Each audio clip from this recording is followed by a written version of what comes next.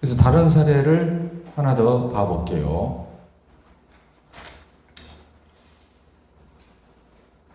2008년생이니까 11살이죠. 11살. 네. 그래서 네팔을 보면은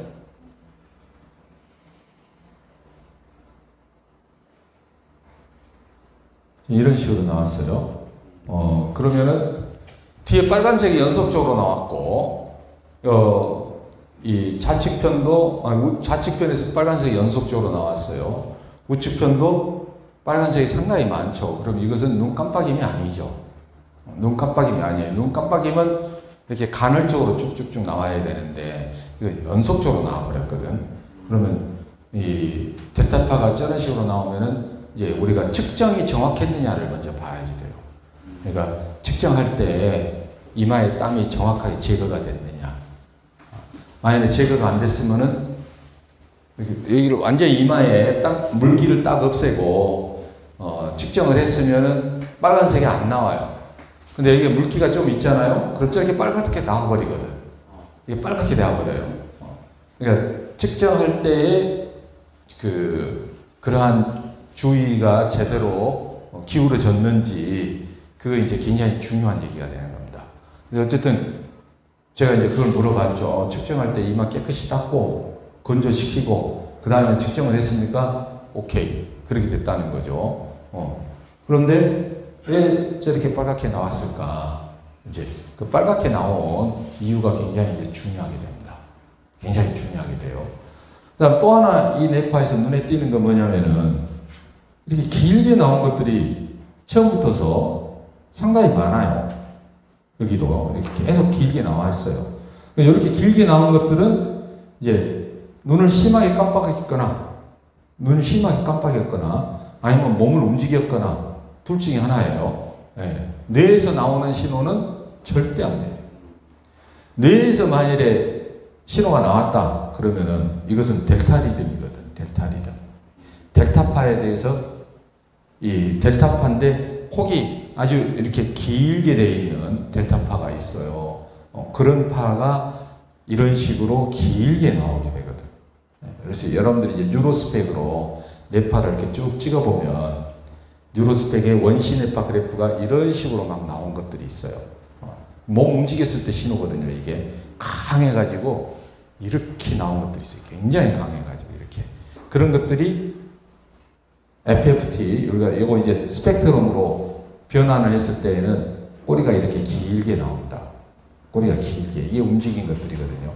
근데 이제 자폐아들은 안 움직이고 있어도 이렇게 나와요, 뇌파가. 자폐아들은. 예, 그래서 왜 그냥 걔들 뇌 자체가 느리기 때문에, 굉장히 느리기 때문에 안 움직여도 이렇게 나와요. 워낙 느린 뇌파를 갖고 있기 때문에. 근데 얘는 보면은 간헐적으로 이렇게 몸을 움직이는 신호가 이렇게 나와요. 여기 와서는 막 이렇게 뛰어요. 그래서 이걸 보고 얘가 긴장했구나. 이건 긴장한 거예요. 긴장한 거. 이 뇌파를 찍을 때 편안하게 있는 게 아니라 굉장히 긴장한 거예요.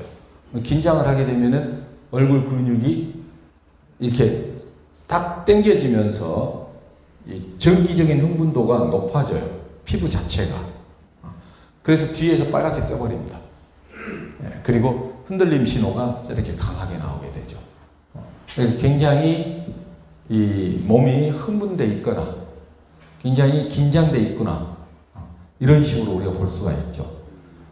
그건 이제 정상적인 상태라고 보고 그렇게 해석을 하는 거예요. 만약에 이걸 이제 비정상적인 상태로 본다고 한다면은, 얘는 ADHD겠네. 나이가 있기 때문에. 11살이기 때문에 흔들림이 많거든. 이렇게 흔들림이 많으면은 이건 ADHD거든요. ADHD 가능성이 있겠다. 둘 중에 하나를 보는 거죠. 그러니까 상당히 흥분되고 긴장돼 있었거나 아니면 ADHD로서 안정적이지 못한 그런 성격을 갖고 있구나. 이렇게 이제 판단을 하는 겁니다. 아직은 얘기를 못해요. 그냥 우리가 속으로만 생각을 하는 거죠. 여기서 주파수를 찾아야 되니까 근데 여기서도 주파수가 없어요. 안 나타났어. 왜? 델타파하고 세타파에 다 묻혀버렸거든. 뚜렷한 리듬이 없어요.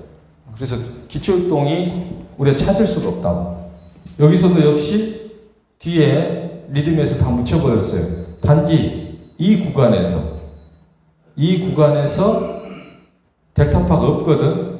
세타파하고 약하게 나와 있어요. 그런데 뚜렷하게 리듬이 나와 있는 것이 눈에 잘 안 띄어. 여기 좀 있죠. 알파파 리듬이 있어요. 있지만 별로 빈도수가 높질 않아요. 그래서 얘가 지금 안정되어 있지 않다라고 판단하는 겁니다. 안정되어 있지 않다. 그럼 11살, 우리나라 나이로는 12살이거든요. 12살. 그러면은 11살, 12살의 여자아이가 안정이 안 돼 있다. 그럼 이건 얘가 벌써 사춘기인가? 이 생각이 딱 드는 거예요. 네.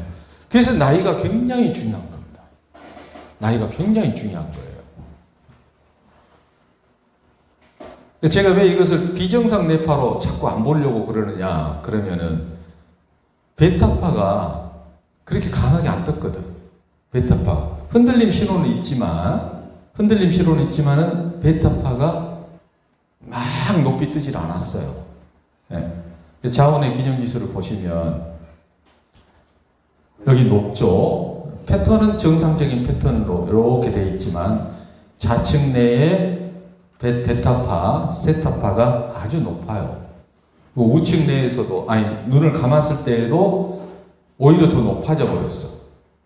델타파가 더 높아버려요. 이것도 굉장히 높고 델타 세타파가 굉장히 높은 상태죠. 굉장히 높은 상태. 그래서 얘가 어쨌든 주의가 좀 산만하다 하는 것은 분명한 거예요. 주의가 좀 산만하다는 것은 분명한 거. 그래서 이제 좌우 균형이 깨져 있잖아요. 좌우 균형이 깨져 있으니까 정서적으로도 상당히 불안한 상태구나. 정서적으로 상당히 불안해요. 지금 현재. 그래서 보니까 이렇게 뛰지만은 전체적으로 이 알파파의 세기가 한 2에서 3 사이에서 움직여요. 2에서 3 사이에서. 그래서 비정상은 아니죠. 정상이다 하고 판단하고, 여기 보니까 좌우가 완전히 어긋나 있어요. 좌우가 따로따로, 여기도 이미 좌우가 따로따로지만 특별한 주파수가 눈에 안 띄어요. 눈에 띄는 것이 이제 이거죠. 9Hz하고 10Hz에서 나오는 우측 내에 9Hz, 10Hz에서 나오는 1리듬. 그 다음에 6Hz에서 나오는 2리듬. 우측 내에서. 요 세 개의 리듬을 보는 겁니다. 6Hz, 9Hz하고 10Hz. 13Hz에서 나오는 거, 요것은 이제 예로 놓고. 그러면 우측 내에서 6Hz하고 9Hz하고 10Hz, 이게 리듬으로 존재하는가를 판단하려면은 이렇게 이제 뚜렷하게 없을 경우에는 이걸 봐야지 돼요. 보니까 세타에서 빨간색이 없어요. 막대가 없다고. 조그맣게 좌측으로 살짝 나와 있죠. 그 얘기는 뭔 얘기냐? 눈을 떴다 감았다 했을 때 이 세타 리듬이 변화가 없이 지속적으로 나왔다, 그 얘기죠. 지속적으로 나왔다. 안 좋은 시그널.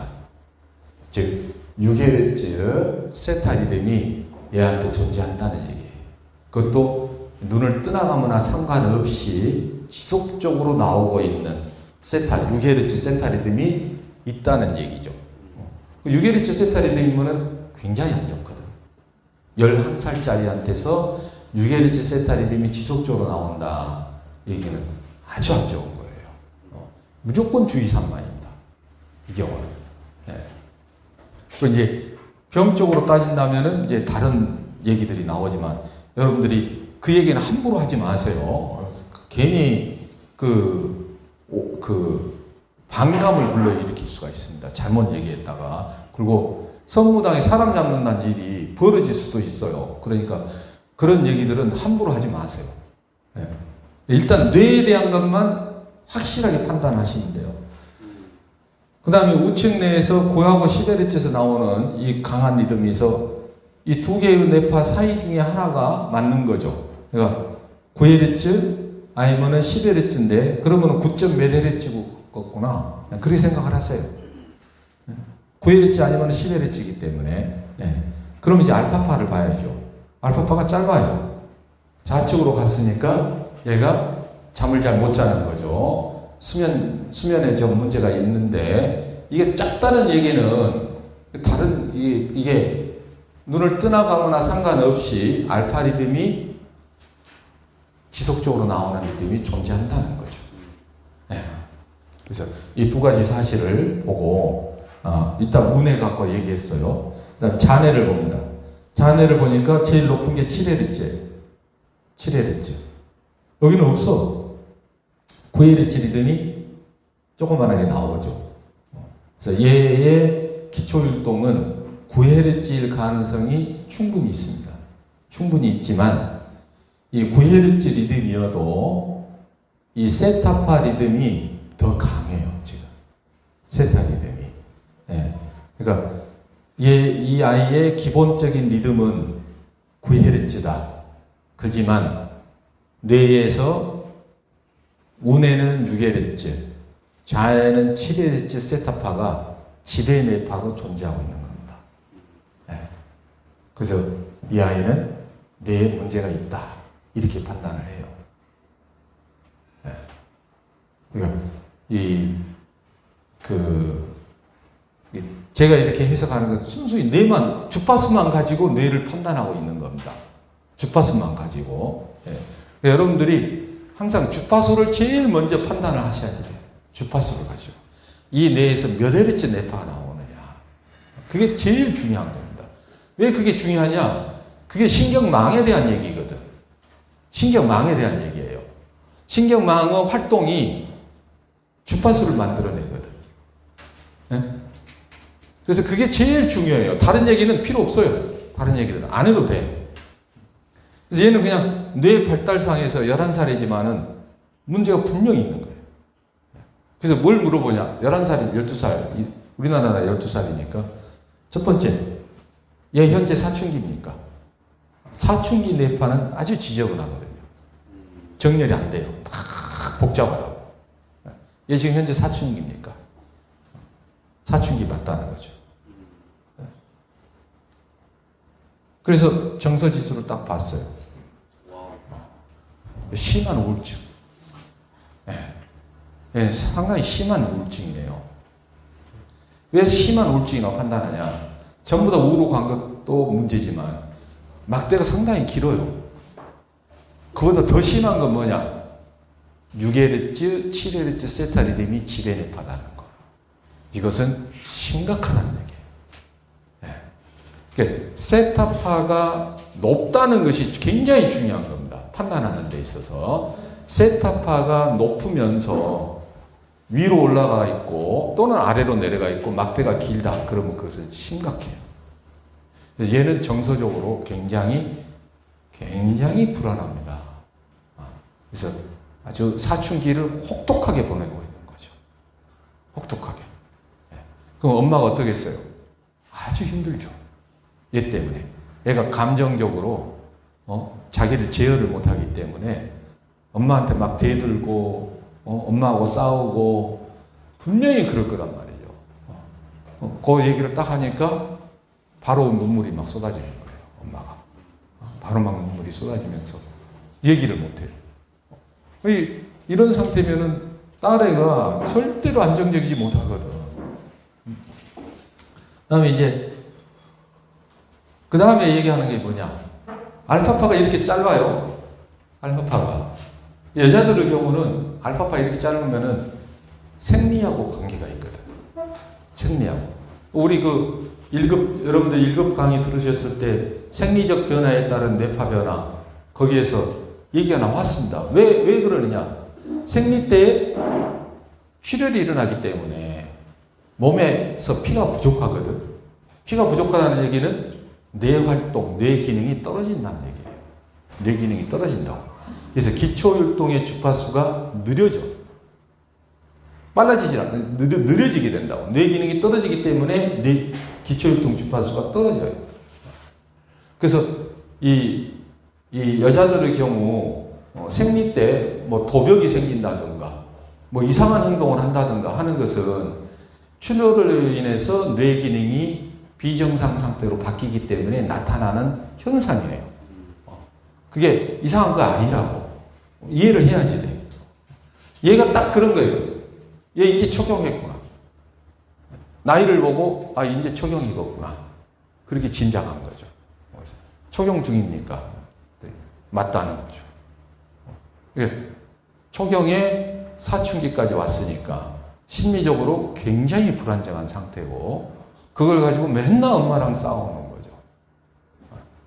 그러니까 얘는 바로 그러한 이 생리적인 변화가 몸에서 심각하게 일어나고 있는 단계다. 이것을 볼 수가 있는 거죠. 그래서 제가 이렇게 판단을 내리는 근거는 나이, 주파수 이것밖에 없어요. 네. 근데 그걸 가지고 약간의 의학적인 상식을 붙인 거죠. 나이에 맞춰가지고 그것을 해석을 한 거예요. 네. 그렇지만 부모한테는 아주 정통으로 딱 찌르는 얘기잖아요. 제일 핵심적인 부분만 딱 찔렀기 때문에 그냥 더 이상 얘기를 못하고 막 눈물을 흘리고 이거 얘를 좀 어떻게 마음을 좀 잡아주세요. 그런 얘기가 나오는 거죠. 그래서 이제 실제로 사춘기 아이들 훈련을 시키잖아요. 그러면 굉장히 안정이 돼요. 훨씬 부드럽게 사춘기를 넘어갑니다. 이 심적인 안정을 찾게 되기 때문에 그 부모하고의 갈등도 적고 아주 좀 안정적으로 넘어갈 수가 있거든요.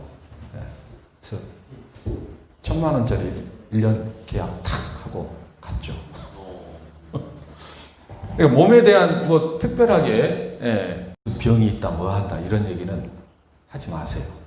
의사 아니거든요, 여러분들이. 절대 그런 행동 하시면 안 됩니다. 그냥 순수하게 여러분들은 뇌 상태만 얘기해 주면 돼요. 주파수 찾고 몇 헤르츠 리듬이 존재하느냐 그것만 딱 보고 우리가 책에서 우리가 그 교육 과정에서 배운 내용 그것만 잘 익혀서 설명만 하시면은 된 거예요. 그러니까 얘는 세타 리듬이 강하기 때문에 산만해. 그래서 무조건 훈련을 해야 되지만 지금 현재 상당히 심각한 정서적인 불안함이 있기 때문에 산만한 데다가 정서적인 불안감 이것까지 있어서 이거 무조건 훈련을 해야 된다. 그게 되는 거죠. 그래서 마음이 불안하고 우울하기 때문에 잠을 못 자요.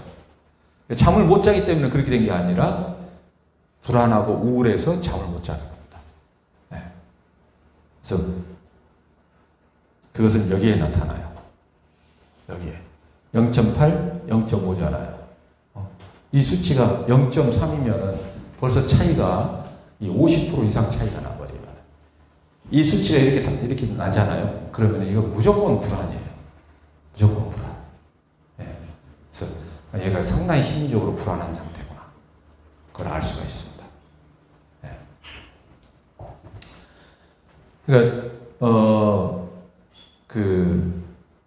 이제 여러분들이 이런 경우는 이게 싱글 피크 하나가 딱 뚜렷하게 솟구치기 때문에 쉽게 읽을 수가 있지만 이런 경우는 없어요. 그러니까 찾기가 어렵다고. 그랬을 때는 제가 말씀드린 것처럼 이것과 이것 두 개를 비교해 가면서 어떤 리듬이 뇌에서 발생되고 있느냐 이걸 찾는 것이 중요한 겁니다. 네. 그래서 여기서는 세타 리듬, 우뇌에서 6Hz, 좌뇌에서 7Hz 세타 리듬이 존재한다. 이게 굉장히 중요한 것이고 그 다음에 기초율동으로서는 9Hz 존재한다. 근데 그게 불안정하다. 그게 너무 짧다. 이 자축으로 가서 수면 잠 문제가 있지만 이게 짧고 좌우가 맞질 않았기 때문에 좌우 불균형이 존재하구나. 그러면은 정서지수하고 주의지수하고 활성지수 딱 보는 거죠. 이거 59에서 70이면 굉장히 부정적이잖아요. 굉장히 부정적입니다. 이 부정적이라는 뜻은 상대방 말에 대한 의심이 굉장히 강하다는 얘기잖아요. 그 의심은 자기 자신을 보호하기 위한 의심이에요. 여기서 부정적이라는 얘기는. 자기를 보호하는 심리가 굉장히 강하다는 얘기예요. 그게 부정적이라는 의미예요. 네. 나를 보호하는 보호심이 굉장히 강한 사람. 그게 뭡니까? 내성적이죠. 굉장히 내성적이에요. 네. 이게 긍정적이라는 얘기는 다른 사람을 다른 사람에게 이렇게 더 친화적이라는 얘기예요. 긍정적이라는 얘기는 다른 사람과 굉장히 친화적인 성격을 갖고 있는 사람이에요. 이게 너무 친화적이면은 문제가 되는 거예요. 문제가 되는 거죠. 부정적인 것도 너무 부정적이어 버리면은 문제가 되는 거죠. 그러니까 너무 자기 이익만 추구하게 되는 거고, 너무 긍정적이면 너무 상대방을 위해 주는 거예요. 여러분들 너무 그렇게 친절을 베푸면 여러분 굉장히 불편해지잖아요. 지나친 친절. 굉장히 사람이 불편해지거든. 그게 너무 지나친 긍정이에요. 얘는 지금 11점 차이기 때문에 이거 지나친 부정으로 보는 겁니다. 지나친 부정. 지나친 부정이라는 얘기는 굉장히 자기 보호심이 강하다는 거예요. 지금 현재. 자기 보호심이 굉장히 강하다. 그러니까 심리적으로 굉장히 불안하면서 자기 자신을 보호하려고 하는 마음이 굉장히 강하기 때문에 그런 심리적 우울증이라든가 불안이라든가 이런 게 표출이 되는 겁니다. 뭔가 엄마한테서의 따뜻한 사랑이 필요한 상황이죠. 그러니까 엄마가 얘를 이해를 해주고 얘를 따뜻하게 감싸주고 뭔가 좀 마음을 편안하게 해주는 그러한 것이 필요한데 엄마가 지금 그렇게 못 해주고 있는 겁니다. 네. 그래서 이런 경우는 반드시 부모 상담해야지 돼요. 부모 상담을 하고 부모한테 당신이 이 아이가 이러이러하니까 얘한테 이렇게 해주셔야 됩니다. 그 얘기를 해줘야 됩니다. 네. 그러니까 이렇게 이제 나이가 어린 아이들을 상담을 할 때에 얘는 가급적 오지 말라고 하세요.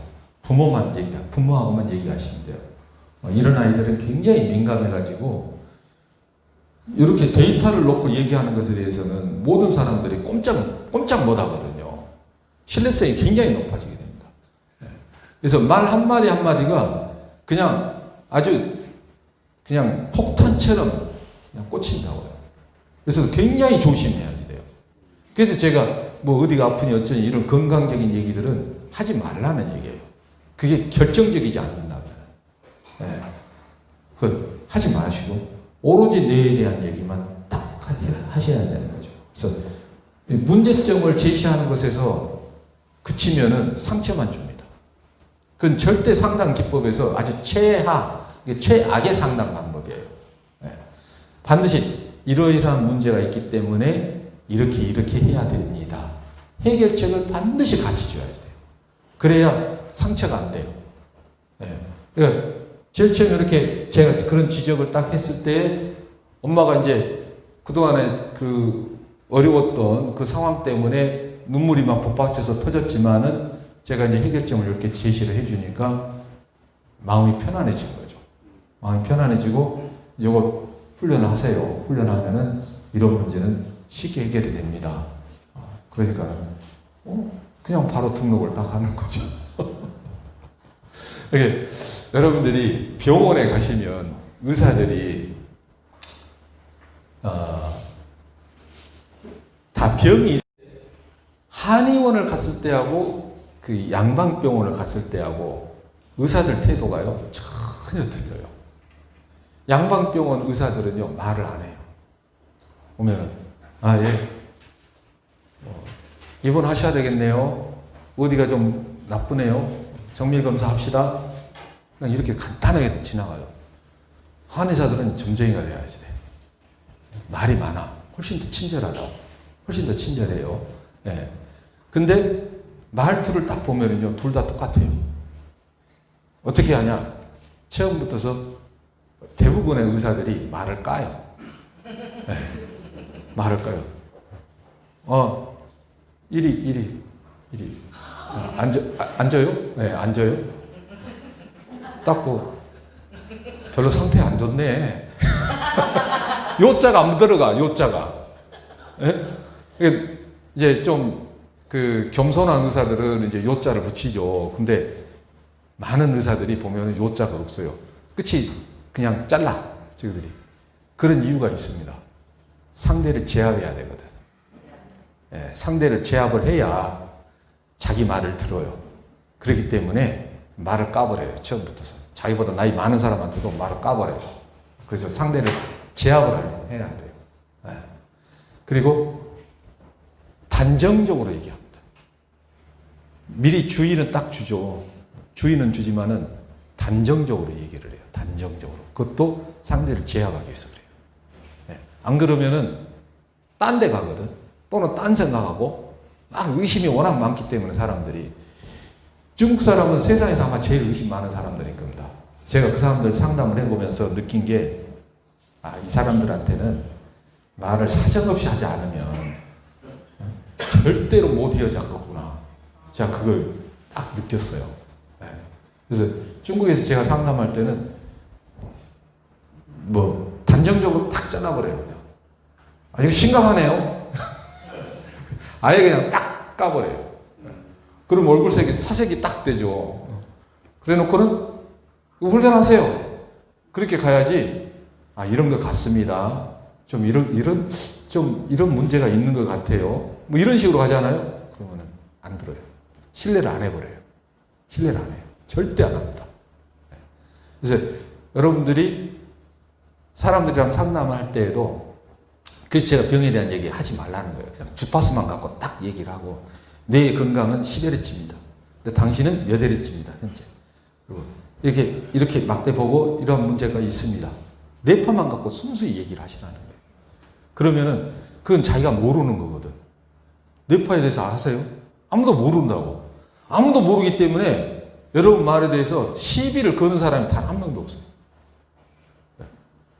모르는 얘기를 여러분들이 얘기를 하기 때문에 이건 전문가야. 전문가한테 누가 시비를 걸겠어요? 자기들이 모르는 얘기인데. 근데 그것을 어영부영 얘기하면은 신뢰를 안 해요. 이 사람 실력이 좀 그런 것 같네. 이런 느낌을 가져버린다고. 그래, 이런 경우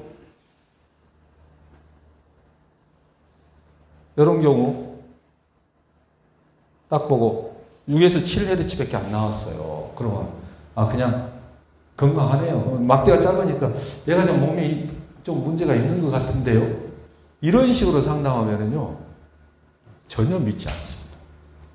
그냥 딱 보고 10Hz. 얘 똑똑하네요. 보통 애가 아닌데요. 이거 굉장히 머리가 좋습니다. 딱 끊어서 얘기를 하시라는 거죠. 딱 끊어서.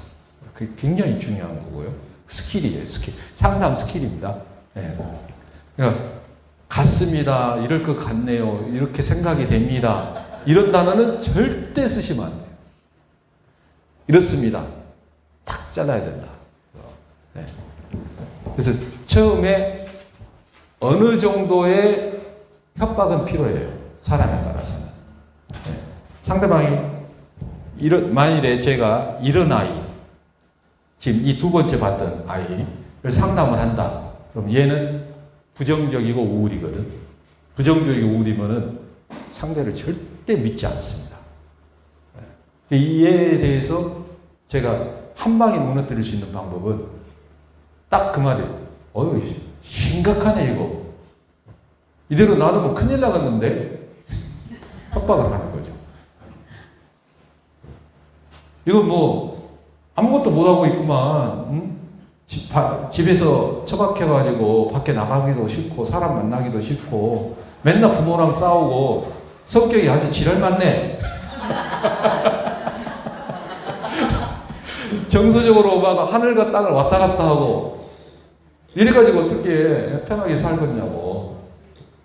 즉 강하게 그냥 확 질려버리는 거죠. 그러면 상대방이 충격 먹어요. 저 사람이 어떻게 나를 알지? 깜짝 놀라죠. 그래 놓고 해결책을 딱 제시하는 거죠.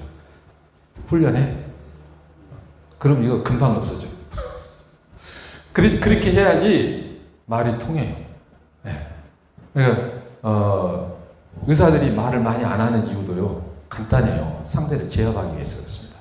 말 많이 하면은 허점이 생길 수가 있기 때문에 말을 많이 안 해요. 네. 핵심만 딱 얘기하고 그 말 한마디, 그 핵심도 단정적으로 딱 얘기하죠. 딱 불러다 놓고 이거 암 상기입니다. 그렇게 얘기하지. 암 상기일 것처럼 보입니다. 이렇게 얘기 안 한다. 네. 이거 확실하게 보이는 것들에 대해서는 단정적으로 얘기를 딱 하셔야 돼요.